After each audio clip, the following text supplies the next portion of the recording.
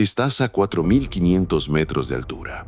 El aire es tan fino que cada vez que respiras, sientes que te clavan agujas en los pulmones.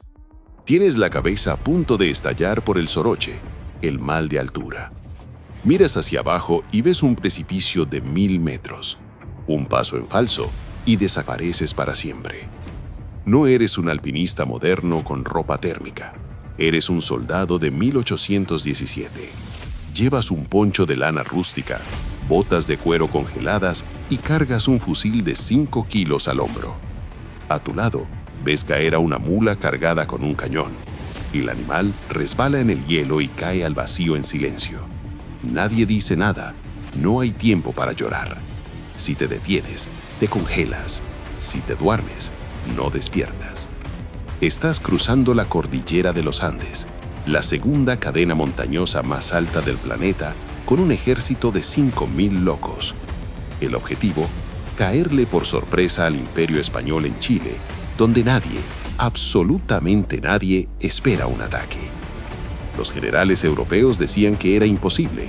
Napoleón cruzó los Alpes, sí, pero los Alpes son colinas comparados con los Andes.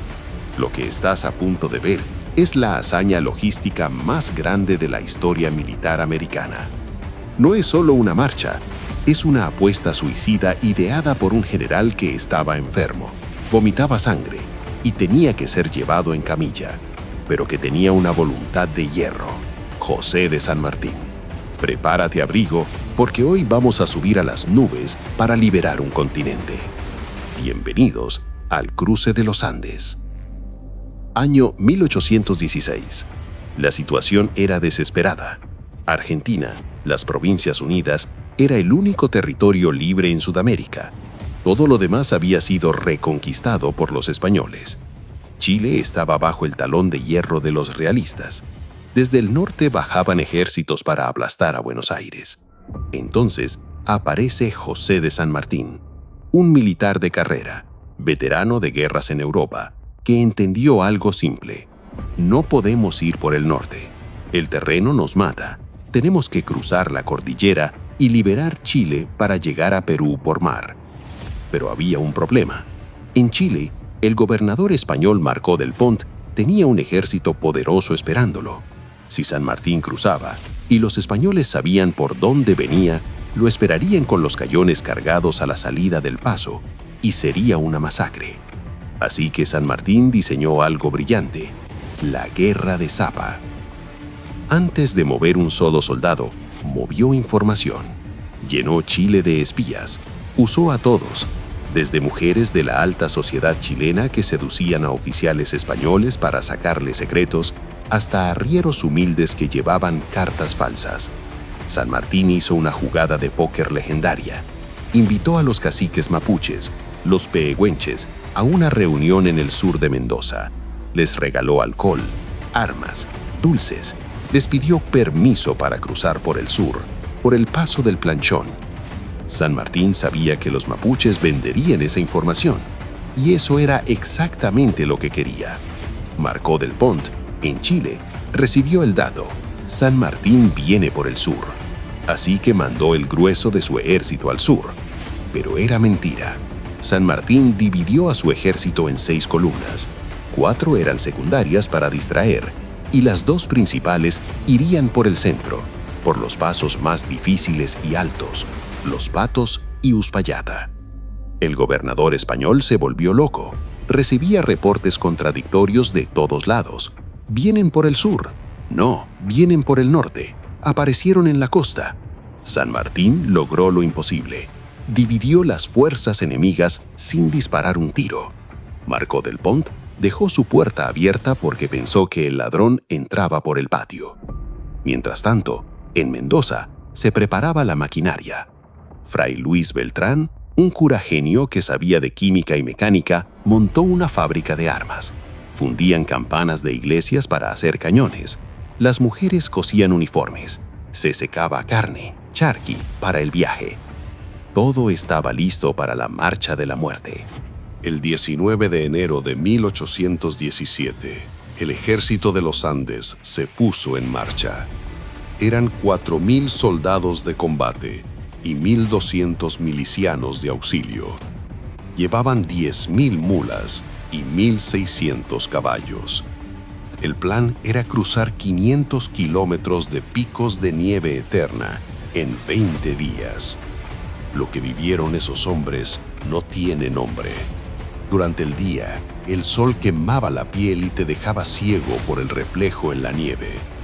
Durante la noche, la temperatura bajaba a 10 o 15 grados bajo cero. No había leña para hacer fuego. Comían carne seca con ajo y cebolla para combatir el apunamiento. Dormían acurrucados entre ellos para no morir congelados. El terreno era brutal. Caminaban por cornisas de 50 centímetros de ancho. De un lado, la pared de roca, del otro, el abismo. Las mulas, cargadas con los cañones desmontados, sufrían lo peor. Se resbalaban. De las 10.000 mulas que salieron, llegaron menos de la mitad. El camino quedó marcado por los huesos de los animales. Los soldados tenían que cargar el equipo cuando las bestias morían. San Martín, el líder, el cerebro de todo esto, cruzó enfermo. Sufría de úlcera y asma. A veces el dolor era tan fuerte que no podía montarse en la mula y tenían que llevarlo en camilla. Pero su presencia mantenía la moral. Si el general, vomitando sangre, seguía avanzando, nadie tenía derecho a quejarse. Hubo combates pequeños en el camino, escaramuzas con patrullas realistas, pero el verdadero enemigo era la montaña. Llegaron a subir hasta los 4.500 metros sobre el nivel del mar. A esa altura, el corazón late rápido, te mareas, vomitas. Muchos soldados, especialmente los libertos, esclavos negros que venían de zonas bajas, murieron de frío o de paro cardíaco. Pero siguieron, paso a paso, metro a metro. El 8 de febrero, las columnas principales empezaron a asomar al otro lado, en el valle de Aconcagua. Los espías realistas los vieron aparecer como fantasmas bajando de las nubes. No lo podían creer. Un ejército entero había atravesado la pared más grande del mundo y estaba listo para pelear. Habían vencido a la montaña. Ahora faltaba vencer a los españoles. Pausa. Solo imagina el silencio de la montaña, roto por el crujido de los huesos de una mula cayendo. Si valoras el sacrificio de estos hombres que caminaron por el cielo para darnos libertad, suscríbete ya, porque ahora bajan al valle y tienen sed de victoria. 12 de febrero de 1817. Cuesta de Chacabuco. El ejército realista, comandado por el brigadier Rafael Maroto, estaba confundido y mal posicionado, pero seguía siendo peligroso. Tenían 1.500 hombres bien entrenados y artillería. San Martín no les dio tiempo de organizarse. A pesar de que sus tropas venían de cruzar los Andes, ordenó el ataque inmediato. Dividió sus fuerzas en dos, una al mando del general Soler y otra al mando del valiente Bernardo O'Higgins. El plan era una pinza. O'Higgins atacaría de frente para fijar al enemigo, mientras Soler los rodeaba por el flanco para cortarles la retirada. Pero O'Higgins, impaciente y valiente hasta la imprudencia, se lanzó antes de tiempo. Con sus batallones cargó cuesta arriba contra los cañones españoles. Fue un momento crítico.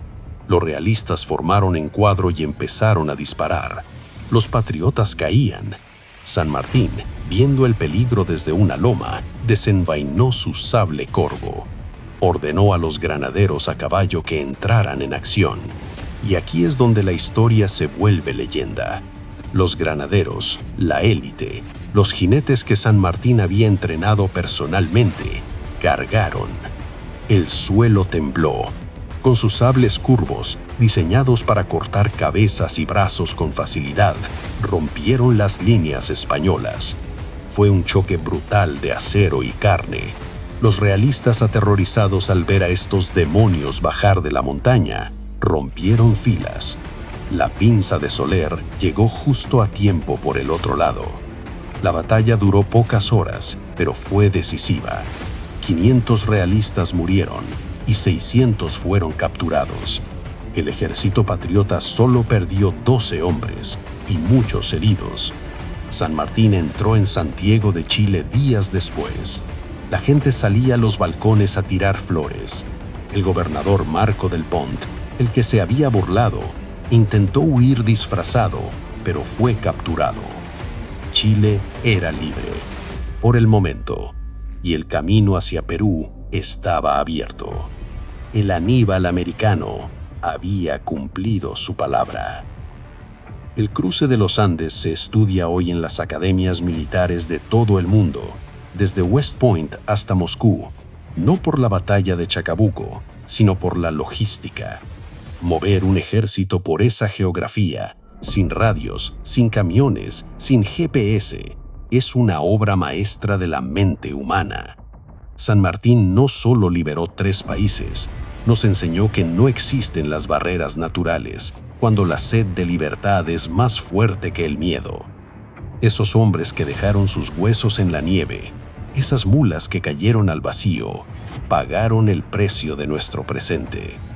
La próxima vez que veas la cordillera, no mires solo piedras y nieve, mira el camino de los gigantes.